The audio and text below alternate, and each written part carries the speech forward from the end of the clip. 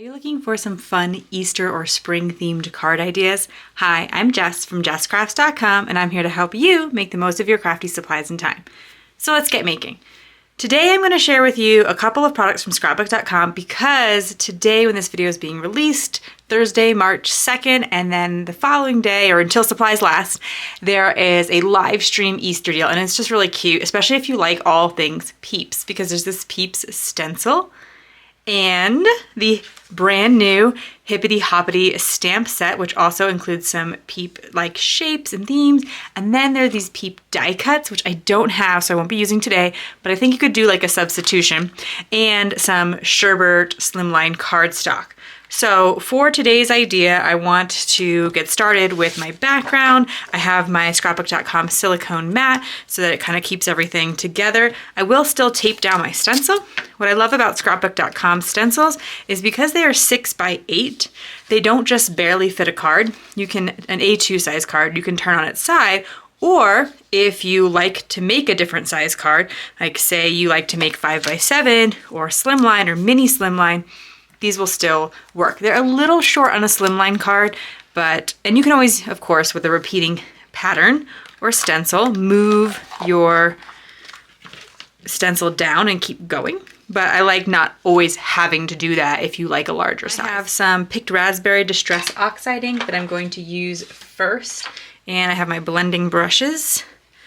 And we're just going to put some simple ink through the stencil. I think this would be really, really cute as a rainbow, especially if you look up what colors Peeps come in, because if I remember correctly, they don't like come in necessarily like traditional rainbow. Like I think they don't have red, they instead have pink and purple. Pink and purple I think were my favorite as a kid. I know it sounds silly because they all taste the same, like, right? All Peeps and all M&Ms taste the same. But growing up, and I hope she doesn't mind if I tell you this, she might watch my channel though, my sister would refuse to eat the brown M&Ms. She said they just tasted different, they were too chocolatey, and I just kind of wondered, was anybody else like that? I definitely had like favorite colors, but I don't think I ever went so far as to claim they tasted different. In some of those candies that were, they're all basically the same thing, which is just, in the case of Peeps, sugar on sugar on sugar. And also, so I'm just doing really, really simple ink blending for this. I'm going to add something interesting with a second layer. But growing up, we used to have this local candy shop, and they made like homemade Peeps. Homemade marshmallows, super, super fresh. They were amazing. Homemade marshmallows are like a whole other experience, guys. This whole time I've been holding down my stencil like I'm afraid it's going to move somewhere, but I have my Scrapbook.com silicone mat and it's sticky, so my card is not moving. My ink is not moving. I'm just a creature of habit and was like, oh, of course I need to worry about these. But yeah, nothing is slipping around. So if you love to stencil, it's a pretty good investment. Okay, gotta do the reveal. That's like fun. Just like melting embossing powder is always fun. Revealing a stencil is always fun. So that's my first layer.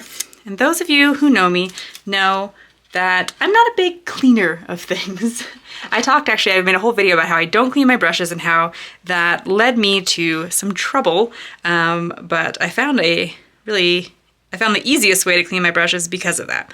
So what I'm going to do is I'm going to try to fit this next row of Peeps in between the current Peeps. So it's going to take some fiddling, but when I get it just right, and it doesn't have to be perfect, but I'm going to try to create a pattern and I'm going to tape that down again. The reason I bring up that I'm lazy and don't clean things is I'm not going to clean this stencil.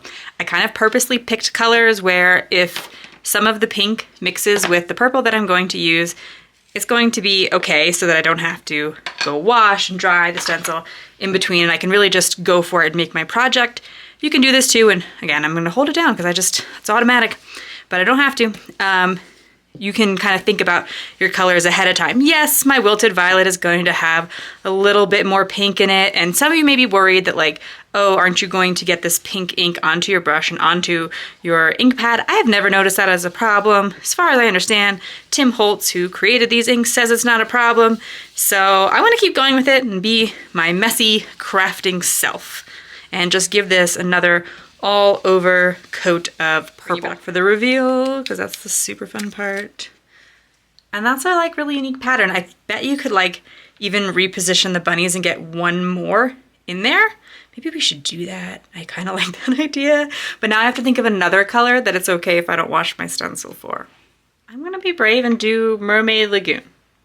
Sorry if I regret this. Wait till it comes wait till you see how it turns out before you go ahead and follow my lead here. Because yeah, this purple is certainly changing the Mermaid Lagoon color quite a bit, but it's not doing anything to the ink pad, as you can see. So again, we'll just do a whole other layer of these. And if you were using your bunnies straight up and down instead of on the side like this, you should be able to get the same result. And of course, clean your stencil in between if you want the pure colors. I know like some people like just wipe it down with a baby wipe or something like that, and that might be enough, but I find those like catch on the sides, like on the little bits of a pattern.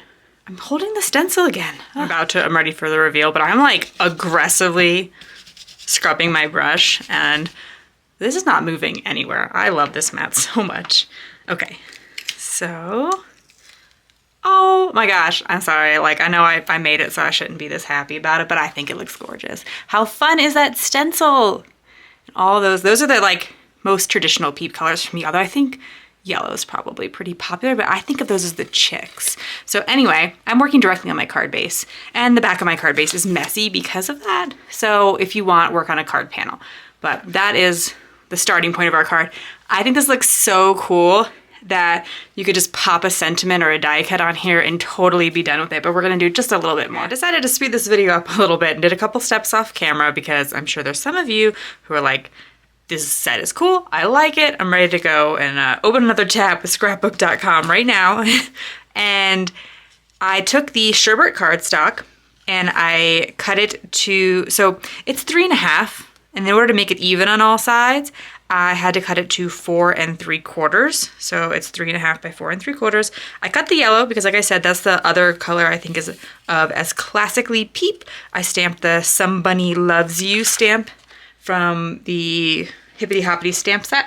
I'll let you take a look at the sentiments real quick. Nobody loves you like I do, chilling with my peeps, Easter blessings.